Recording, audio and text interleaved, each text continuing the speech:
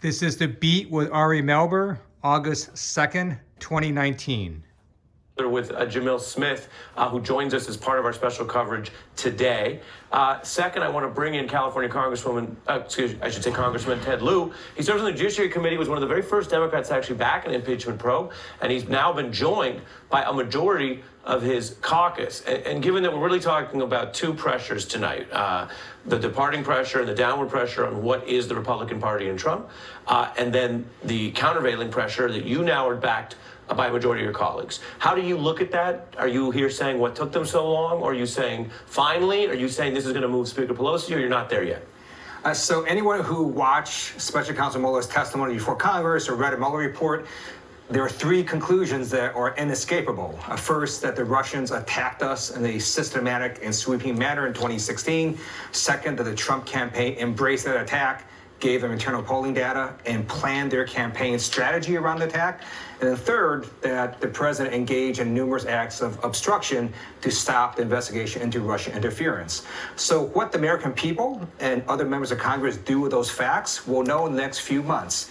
And Speaker Pelosi is going to make a decision with the Democratic caucus. She's an amazing leader. Whatever she decides, I will support. Part of what you're saying is, what did the Mueller hearing do to move people who might not have known as much about it? And most of the reaction was from people, political, civic, media, whatever, who knew a lot about it.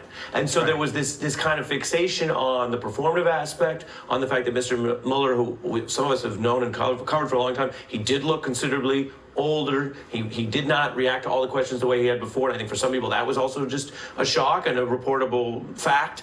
And yet what you're saying is it may be that some of your colleagues actually have constituents who, despite all that, are closer to the underlying facts of the Mueller report, which do make the president look pretty bad. I report that as a fact. What to do about it is your job.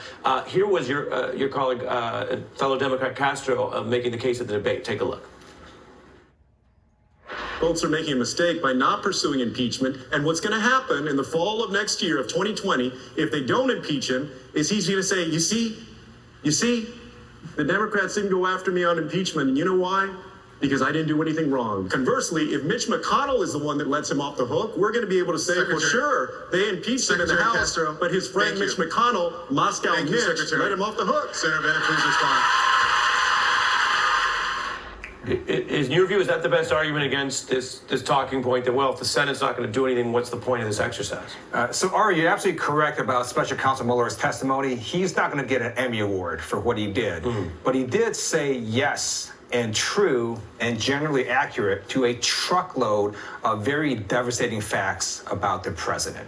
And I think anyone watching it, that's substantively what they got.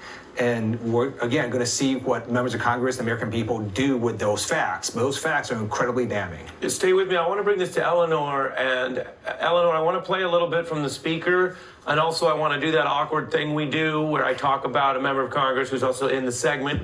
But that's what we do when we welcome politicians to journalists. Congressman Lieu sounds, in his very respectful way, like he's not one of these people who's going to publicly put the heat on the speaker.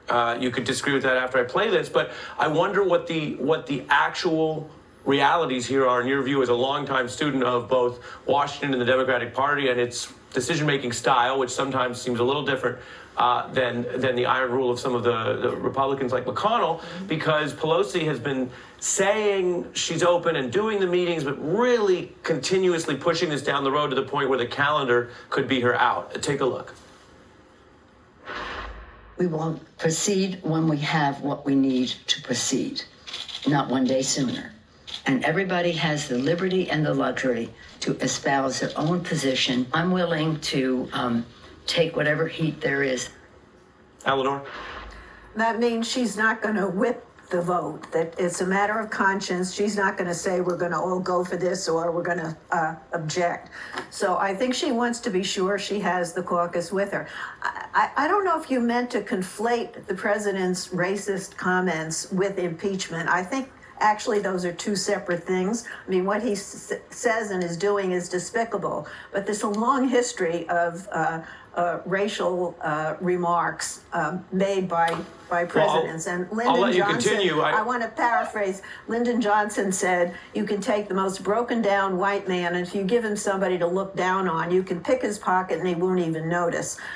Lyndon Johnson was a great civil rights president. So there are some realities here about the way race is being used that are not necessarily impeachable.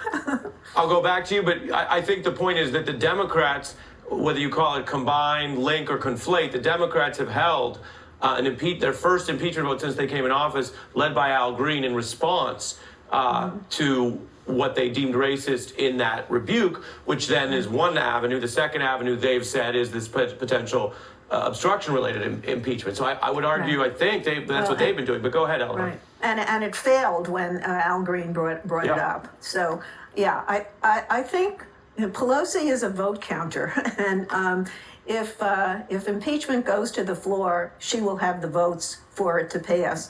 And whether it succeeds or not in the Senate may be a peripheral thought because it could take a long time to wind its way through the House. And we've got all those Democrats who are going to be battling out. So it could get to the Senate next year, which, that may be perfect timing, actually. Yeah, and Congressman, we're out of time, but this is not a presidential debate, but your name was referenced, so you can have a final word if you want. Again, the facts are very damning about the president. Basically, we walked Special Counsel Mueller through obstruction of justice. There was 3 elements, at least 5 of the 10 instances laid out in his report. He indicated there's substantial evidence to all 3 elements. The best analogy I have is he gives you a slice of bread, he puts ham on it, puts another slice of bread on it, and says to us, well, what is it? And we go, that's a ham sandwich. And we ask him, do you agree?